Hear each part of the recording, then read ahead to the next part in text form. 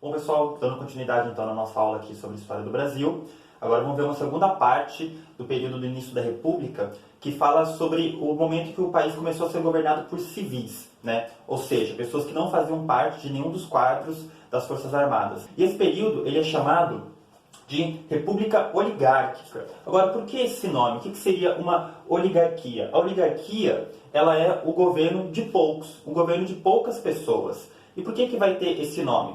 Porque esse período, né, que vai de 1894, quando é eleito Prudente de Moraes, que é o primeiro presidente civil, até 1930, quando o arranjo político que mantinha essas oligarquias no poder ele é desfeito, né? Durante esse período, quem comandava de fato eram os grandes cafeicultores, os senhores de terra, né, os grandes proprietários do país, que eram, né, uma minoria da população, mas que realmente tinha poder político de fato. Quem conseguia participar, disputar e vencer as eleições, que é o mais importante. O nome República Oligárquica, então, ele é usado para marcar um período específico da Primeira República, logo depois da República da Espada, em que governaram os militares, em que as pessoas civis, mas que ligadas, né, às elites locais, ou seja, aos grandes fazendeiros, aos grandes proprietários de terra e aos grandes banqueiros, eles controlavam o poder e conseguiam fazer com que as políticas do país atendessem sempre às suas necessidades. A base dessa política, quem fazia eram os coronéis. Esses coronéis eles acabavam sendo o poder local de fato, né? Eram quem acabavam aplicando as leis, era quem acabava fazendo algum tipo de melhoria local, ajudando a população que estava lá, né, tentando sobreviver e que para conseguir sobreviver acabava aceitando a autoridade e as ordens desses grandes fazendeiros que eram os coronéis. Esses coronéis, para conseguir manter o seu poder, né, eles contavam com uma técnica que hoje a gente chama de voto de cabresto. Cabresto é o tipo de ferramenta que se coloca na boca do cavalo para você poder controlar e guiar o cavalo. Então o voto de cabresto é um voto controlado, é um voto guiado, né? E por que isso era possível? Como é que isso acontecia? Porque no período da Primeira República, o voto ele não era secreto, o voto ele era aberto. Então quando uma pessoa ela ia votar, ela chegava na sala de votação e não era como é hoje, que a pessoa vai para uma cabine, né, escondida, ninguém sabe quem que ela votou, ela tem a privacidade para escolher os seus próprios representantes. Naquele momento não era assim. Então a pessoa ia até a sala de votação e ela falava, eu, fulano de tal, voto no candidato ciclano. Então como isso era muito exposto, né, era muito mais fácil de que esses senhores de terra, esses coronéis, conseguissem pressionar a população para que eles votassem nos candidatos que esses coronéis queriam que vencessem. Então, por isso que a gente utiliza o voto de cabresto, era um voto controlado. Ou era feito, né, esse controle mediante suborno, né, você pagava para a pessoa votar em quem era o seu candidato, ou você dava alguma ajuda com tratamento médico, com escola, com empréstimo de dinheiro, algum tipo de suborno nesse sentido, ou pela força mesmo, né? Ou você vota no candidato do coronel, ou você vai ter problemas, né? Você vai ter aí que se entender, então, com os jagunços, ou seja, as pessoas que acabavam sendo uma milícia própria do coronel e que impunham na força da bala a vontade desses senhores de terra. Bom, então se você tem os grandes fazendeiros locais utilizando a população, né, através do voto de cabresto para poder fazer com que os seus candidatos fossem eleitos, isso vai tornar possível um arranjo político entre o presidente da República, seja ele qual fosse no período, os governadores dos estados e esses coronéis. Esse arranjo ao todo vai ser chamado de política dos governadores. E qual que é a base dela?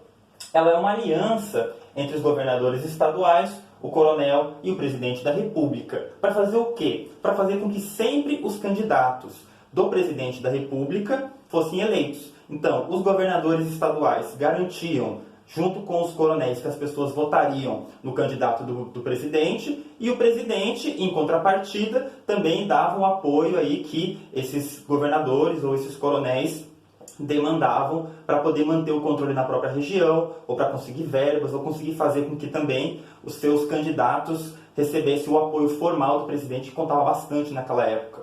Então, como você não tinha aí uma privacidade no voto, o voto ele era aberto, era muito mais fácil você manipular o resultado das eleições, e tornou possível que fizesse esse arranjo entre os grupos políticos para que sempre o candidato da situação, o candidato apoiado pelo presidente e pelo governador junto, fossem eleitos. Então isso aí era uma forma de você conseguir manter o Estado no controle de quem? Das oligarquias, essas poucas pessoas que tinham o poder econômico e também o poder político. Uma outra característica importante desse período, né, que vai mostrar como que essa negociação entre lideranças locais, governadores e presidente da República, ela vai estar tão organizada e funcionando tão bem, é o que a gente chama de política do café com leite. E por que tem esse nome café com leite? Porque durante muitos anos vai ter uma alternância de poder entre candidatos apoiados pelos paulistas, ou propriamente candidatos de São Paulo, e que representava a elite produtora de café,